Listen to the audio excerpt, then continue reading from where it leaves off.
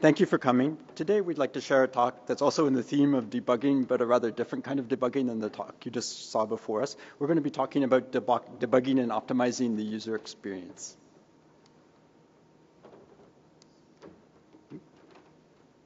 First, let me just briefly introduce ourselves. The theme or catchphrase for our talk is data meets experience. We have two things in mind by that. One is about the power of data to capture the important things that are going on with your experience to understand and use and debug and troubleshoot your experience. The second is I'm the data person. I'm a data scientist at Microsoft in the user group. My colleague, Sarvesh. Hi there. I'm the UX person, I guess. And my name is Sarvesh, and I'm from the Bing Experiences team. Both Toby and I have been working on this Clarity Analytics for some time, and we are very excited to share it with you today. Thank you, everyone, for coming in here. Thank you.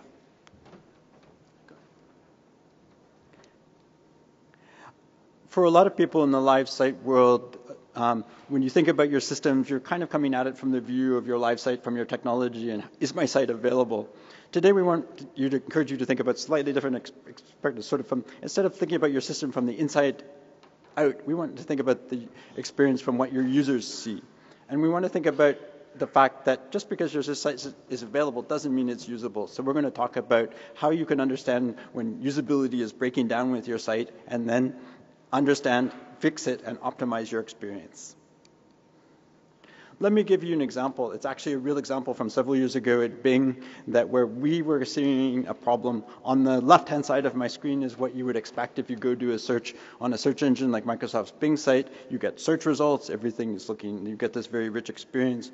But some of our users were actually seeing what you see on the right, with all this junk overlaid on the screen. Now, for many of us, we had heard about this, but we really didn't know what was going on here. So it was hard for us to figure out and understand what this is about. Which is sort of one of the themes of our talk. How can we solve and understand these kind of user experience mysteries? How many people in the room have sort of heard some problem report from a user and not been able to find or understand what's going on? I hope that's a larger number than that. So let me sort of set up one kind of thing we ran into Bing. Common experience probably many of us have seen. Someone's on Reddit. Someone in Bing is constantly monitoring Reddit to find problems. And someone was reporting this rather odd thing, purple ads. What's purple ads? We don't send purple ads to anyone from Bing knowingly, but some user was actually reporting this. So how can we find out what's going on? We'll explain a little bit more later in the talk how this is actually happening. But one of the things, if we have data about what users are actually seeing in the product, we can go in and actually find cases where users were actually really seeing purple ads. That is, we can take the data, look for cases where our search results page were returning ads, and see the cases where the background color was actually showing up as purple. And the image you see on the screen is actually our replication of what a user actually saw when they saw purple ads. And as you can see, it's pretty horrible, right?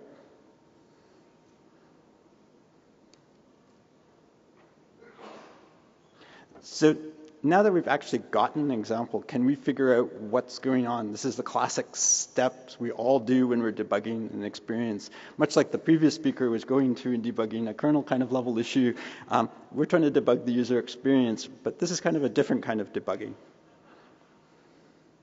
So once we've actually gotten the user experience and found an example of this, can we find some clues to indicate what's going on here? Well, we looked at a few examples of this, and we see a little bit of a clue that's tantalizing us here. If we look at it more closely, you see that there's this green icon with a check mark that's been injected into the page. This isn't something we put on our search results page. So maybe this will tell us something about what's going on here. If you look at that icon a little carefully, some of you may have seen this icon when you've been browsing, and in fact, we can go in and look at a little further and find out that it's an antivirus software called Kaspersky. Many of you probably have heard of the company. It's a very reputable company. What's happening here actually is that people who have Kaspersky installed in their system, there's a conflict between the stuff that Kaspersky does to inject into the web page and the Bing software that's causing the ad color background to be purple. So once we found this, we could actually go in spin up a VM, install Kaspersky, and actually find out what was going on. At this time, our engineering team, and once that had happened, they could go in, find out what was going on, fix and find the problem. This is a legitimate thing. This is not spyware or anything like that. But this is a kind of problem that would just be almost impossible unless you really have some rich data about what your users are actually experiencing. Trying to reproduce this problem is something we tried and failed. So with that, I'd like to hand over to Sarvesh. Thanks, Toby. So like Toby mentioned, right, reality can be far away from what we think as developers. In the case of this purple ads, what we saw was it's not just the one user on Reddit that was explaining this problem. It was actually many more people. So what we want to do is somehow turn this experience into data so that we can go back, query, and look at what exactly is going on for the real users out there in the wild. So this is a very simplified diagram, so stay with me. What we have on the left here is when the page renders in a browser. Fairly straightforward, we see the page. And on the right-hand side is how Clarity tries to summarize that page. We try to capture what the user saw and what the user did. What user saw is all the different layers. We maintain the hierarchy. We try to get the width, height, X and Y axis. So we have all the information to reconstruct what the user actually saw, not what we sent. And when we talk about what users did, we try to capture some of the user interactions. We'll capture the clicks, we'll capture the mouse movements, we'll capture touch interactions. So that way, with all these pieces together, we can bring together and try to reconstruct what exactly users saw. And how do we do it? We do it using a modular framework. The framework is on GitHub. What we do here is each module is responsible for exactly one thing. So layout will only monitor all the layout changes on the page using DOM mutations. There is viewport, which will monitor your scroll, your maybe the visibility activity or the resizes. And then there are more modules, right, like pointer for the user interactions. And all these modules generate some events throughout the lifetime of the page. They all get batched together. We try to compress them because we don't want to waste bandwidth while uploading the data. And then once all of this is batched together, and compressed, we get one consolidated JSON. Now, this is the structured data that helps us generate all the insights using artificial intelligence. And Toby will be talking about some of the analytics that we have built here using this structured data. As you can imagine, this is a lot of data to go through. We can certainly go and find the purple ads cases if a user reports them, but ideally we'd like to be able to find that kind of thing automatically and not have to wait for our users to report it to us. So the challenge for us is how do we take this massive data and try to get insights out of it so that in the same way we kind of monitor our live site for things going on, we can actually monitor our user experience and find when there are problems like this going on. Just at a high level, without going too much into the details, our challenge is really to understand how can we take all of this data about what users are interacting, what are they seeing, and distill it into something intelligible and actionable. Like many live sites, we do the same thing that everyone is doing. We compute metrics. Our metrics are about something a little different. We might be looking at metrics about how users are interacting with the page. Are they moving their mouse? How much time are they spending on different parts of the user experience? This gives us sort of a baseline level at which we can then check and see if there are problems with the page or with what is happening with our user experience. At the same time, to get insights out of this, we need to synthesize a lot of data and distill it into something that's more comprehensible. So what we try to do is take the data in its raw form about what was shown, what the user did, and combine those into things that are features that become the raw materials for generating insights. And the way we take those raw insights and generate insights is to take them and apply some machine learning AI type ideas. For example, we can try to find anomalies. When is something unexpected happening on the page? And I'll show you an example of that in just a moment. We can take them and try to find out when there's something interesting happening in a session. We can take them and say, hey, I've got a session here. I want to find similar sessions where the behavior or the experience was also somewhat similar to that. And we'll be showing you an example of that coming up. This is something that's evolved over years. It's not something that we just got together all at once. So the story we're taking you through is somewhat the story of our own experience in using this kind of data about the experience and how we apply it. So I just mentioned anomalies. One of the things, this purple adds is a great example of an anomaly, something where something unexpected happened. But how do we find the kind of unexpected cases like this in a more automated fashion? It's not scalable for everyone to look through all of our users and have hundreds and thousands of users or even millions of users and find the 1% that have something going wrong. To give you an idea of what's happening when we talk about anomaly detection, this is a very simplified version of what a Bing search experience might look like on a browser, on a mobile device. In the normal case, everything is green. We have a search bar, a logo, and the search results appearing below that. In the third case, though, we've got something a little wrong. The image and the search bar box are now overlapping. So this is what we call sort of a layout anomaly. Something is going wrong. Maybe the browser is broken. Maybe our software code is broken. Any of these can be causes for this, especially in the wild west of devices where things are incompatible and so many different things can happen. It's not possible to test everything on every possible combination of circumstances. So given that, we can use the data that Sarvesh was talking about earlier when we say what appeared where on the page and actually detect that this case is something that's anomalous compared to the majority of the examples don't look like this, and we can actually use that and find that and then use that to see something strange might be going on. The story I'm about to share now is about another kind of something that really motivated the importance of this work for us. We were finding that this is the example I showed you when we opened our session about malware is essentially ejecting content on the page. We're seeing the things that are highlighted on red here, where there's this awful, terrible ad asking you how to lose weight. It's showing the results on the search page don't look much like any kind of Bing normal results. They're getting covered up. The ads are getting replaced by some sort of ads. The idea being that these kind of things that inject this kind of content make the money by having you click on their ads. So with anomaly detection, we can actually find this kind of example, but the question that comes up, of course, is this one user, is it 10 users, is it 1,000 users? No, if it's one user, then we're probably not going to spend the time to act on it, but if we knew how many users are being affected, then we can assess what kind of action we should take. One of the nice things about having this kind of data is you can go in and actually query the data or compute over the data and count how many users are actually seeing this kind of thing. And when this happened several years ago at Bing, to our surprise, it turned out to be a huge number. 5% of our users were seeing something like that from various kinds of sources, various kinds of ad malware. And it's just a huge impact on our users in terms of the number, but how bad is this? How is this affecting their user experience? Well, we can also go look at the kind of impact on those users who are affected from our data and notice that they see huge numbers of increases in the number of errors. Pages that load twice as slow or take 50% more time to load than the normal baseline Bing experience. So knowing this, now we know that not only are a lot of our users are affected, but each of them is being affected a lot. So that combination of lots of users times a lot of impact is what tells us we've got a problem and we've got to do something. So we did. We were able to use some sort of countermeasures to effectively block even content that was being injected dynamically into the page. I can't go into details, but as a result of this, you see a much cleaner experiment. In order to understand really what happened by doing this, we actually ran an experiment. Actually, we work on a team that does experimentation A/B testing.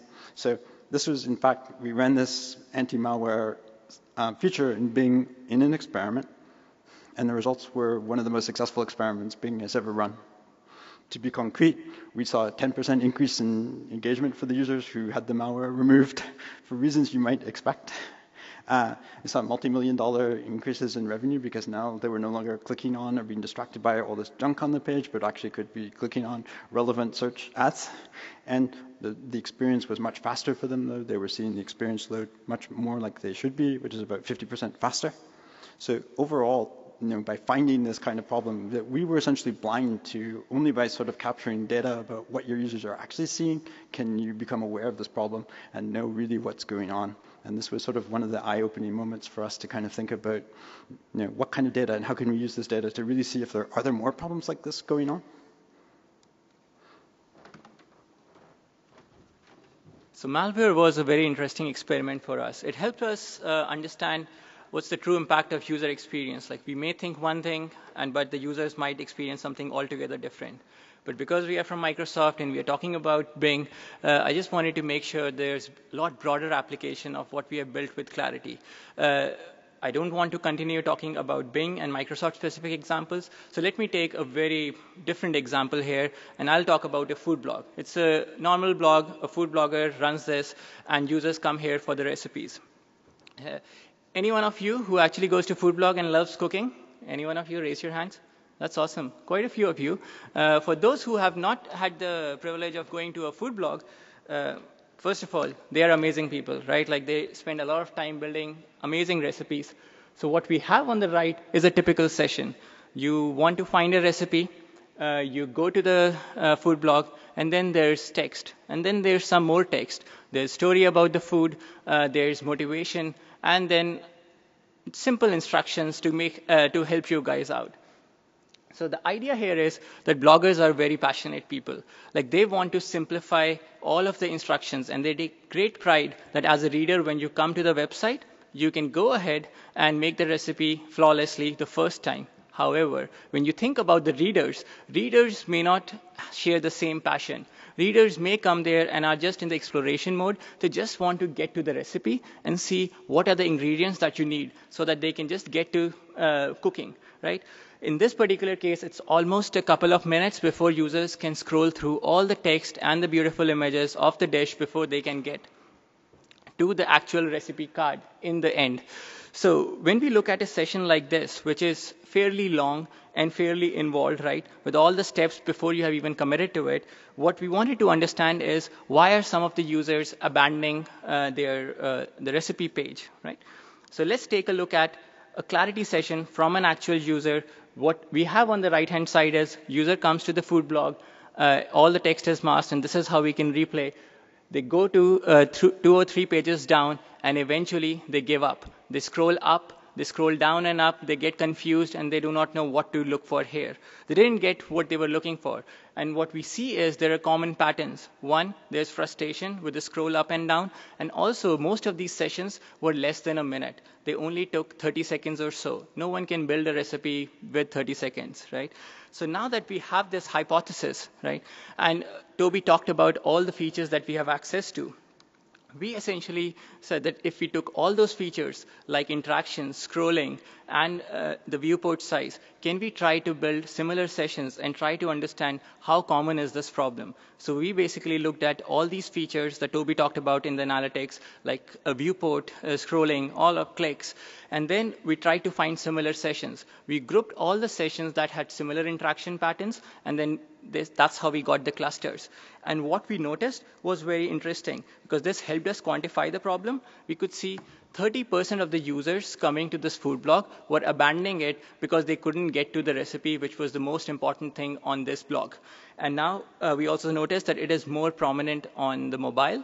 The reason? Because mobile, the viewport is smaller, so all the content takes even more scrolls before you can get to the recipe. Now, at this point, we have a hypothesis, we've confirmed it, and now how do we fix it? Because 30% is a lot of users that we are just missing on. So one option is obviously to tell a blogger to remove all the content and just get to the recipe, but they have poured in so much effort and so much passion into the recipe, and they really want all the other 70% users to enjoy the details that they have covered, and all the beautiful pictures too. So we came up with a tactical fix here. And the tactical fix was, we added a jump to recipe button at the top of the blog. So you'll notice that as soon as a new user comes in who might be in an exploration mode, they can just take a quick look and then click on the jump to recipe button right there and go to the recipe card. They can look at all the ingredients, all the steps. They can find what they are looking for. And then once they have all this information, they start scrolling up. And that was surprising to us because they still want to connect with the blogger.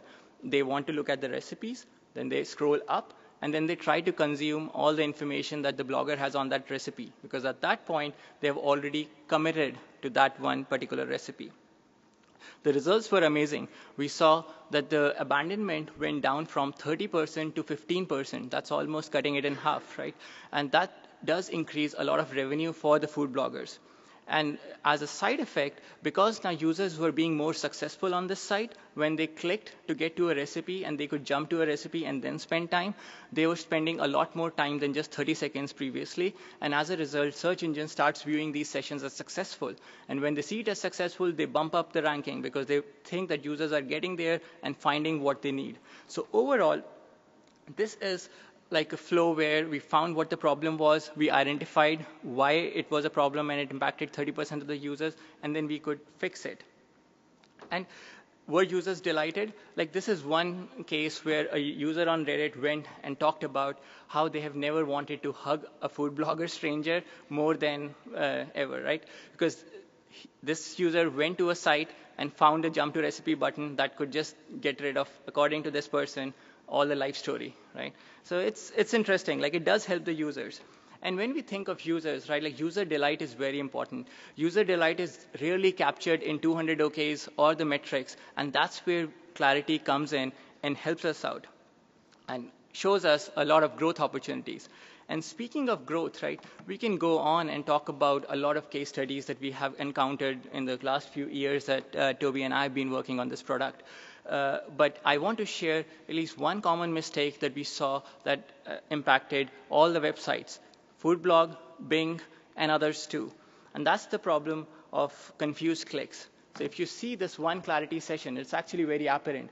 User starts engaging with the web page. User sees that, okay, there's page, they parse the text, they try to read it, and you'll notice the links are orange in color. And that's a choice the food blogger made. But then this blogger also decided to use orange color for highlighting the text. And so the user gets confused, clicks on this text. They think it's a link, but it's not a link. So they click again and again and again. And that's what leads to user frustration, and we don't want that. Sometimes, basically, because of our UX choices, users can think that one link, like a line of text, is actually a link, but it is not, and that could frustrate the users. So if you look at the Bing example, because we have aggregate data across different users, we could turn that all into a heat map. So if you look at this heat map for one of the queries, we see a very classic and very expected F-shaped heat map pattern right on the left. Users interact with the search box, users interact with the top results, exactly what we would want. However, what you see on the right-hand side in the red rectangle is not what we expected. It's a title on the right-hand side pane, which is not even a link, and we see that users are engaging with it. And that's a problem. Users think that title is actually a link to take them to a website, and it is not. And therefore, they keep clicking, and then they get frustrated. And after we fixed these problems where the links were standing out and they were not confused with the rest of the text, we saw a great increase in the user engagement. And not just engagement, we also noticed success in the session. So overall, like, these are some of the problems which we, when resolved, we could see immediate gains for the users. And according to our metrics, everything was fine before, and now everything is better now. So with that, I'll pass it on to Toby to wrap things up and also tell you how you can apply this to your website. So this is something we've worked on at Microsoft. How can other people use this kind of thing? So just to kind of sum up our message, key thing is we'd like you to sort of expand your notion of what you consider for the live site. There's definitely the sort of the bottom-up view. We're sort of taking the outside view, and we want people to sort of think about the user quality and the quality of the experience as part of your live site. But only when you have the data about what's happening on that can you truly start to think that way. So by having that kind of data, as we've shown through a set of examples today, we hope you've given some flavor of how you can use and capture information about what's happening to your users as they're experiencing your product, and use that information to troubleshoot problems, to find problems, to actually go in and actually improve the results of your user experience. Now, if you would want to learn more about what we've been showing today, of course, we'll put the slides up to share, but we also have a website that lets you use some of the tools that we actually showed today, and also there's a GitHub where we have the code that is actually doing the data gathering that we explained today. And with that, I'll close. Thank you so much for your time.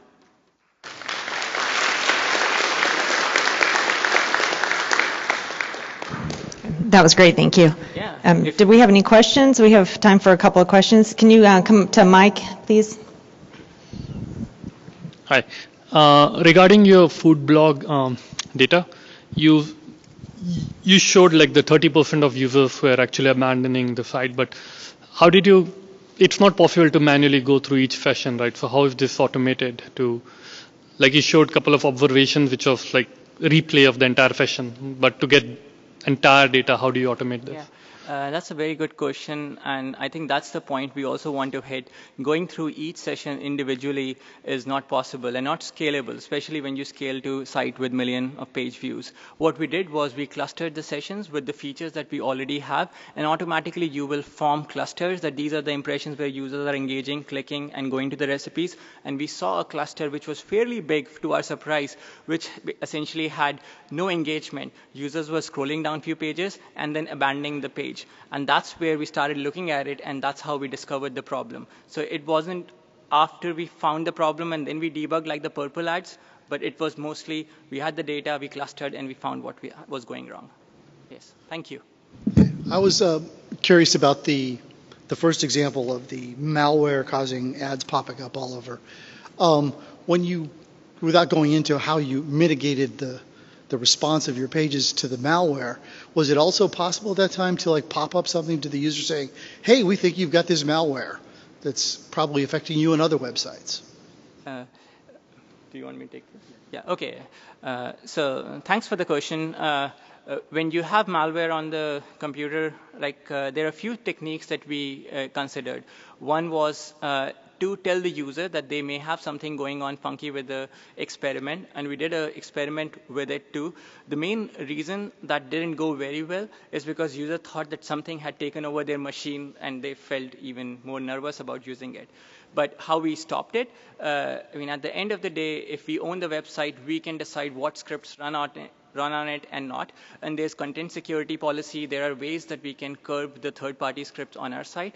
All we needed to do was figure out that this is a priority for us and something that we should get it right. And when we did, we saw 5% of the users benefited from it, and it did help the business too, which was a very good side effect. Yeah, please. That's a super cool product, by the way. Thank you. So the question that I had is immediately when I saw what y'all were doing is it kind of looks like an open source version of Tea Leaf. Is that, so does it require any kind of like back-end infrastructure to use? Like perhaps, I guess the reason that I asked about Tea Leaf is because it does have some back-end stuff to it. Yeah, so there are a lot of very interesting startups that are out there doing amazing work. I think one way we think that this is different, one is that we are open sourcing how we collect the data, so there is transparency and it's open. And the second is all the data science part that Toby has helped add to it, where we can do machine learning, artificial intelligence, and it's not about replay anymore. Now to answer your second question, does it need backend? When you look at the you think of the GitHub code that you have, you will need to upload the data somewhere, and once you get the data, you can do whatever you want with it, right? Like you can run your algorithms on it, but the structured data will reach your server. On the other hand, we want it to be very simple and very straightforward for folks to get started with. Like an example of food blogger, they may not have the know-how or the infrastructure to scale it on Azure or elsewhere, right? So we have this clarity.ms, www.clarity.ms. You can go there, sign up, and you will be basically hooked on. Like we will provide the backend, we will provide the intelligence, you upload the data, and we'll get you what you need to go on. Yeah. Thank you. Awesome. Thank you. Again, on the first example, it occurred to me that there are other likely uses if you're noticing that there's additional JavaScript running on your search results page, where perhaps you're detecting ad blockers in a shockingly clever way. Is that a and then obviously there are things that are more or less user hostile that you could do with that. And I'm curious if that's something that you've looked into or perhaps intentionally not looked into, depending upon your angle. Probably closer to the second. Thank you for the question. I think we tried to sort of stay in the part where we're helping our users, and then we can directly claim that. So, I mean, any of these technologies has the potential for multiple uses, on both sides of the coin. So we're trying to stay on the right side. All right. Thank you so much. Thank you. Thank Thank you.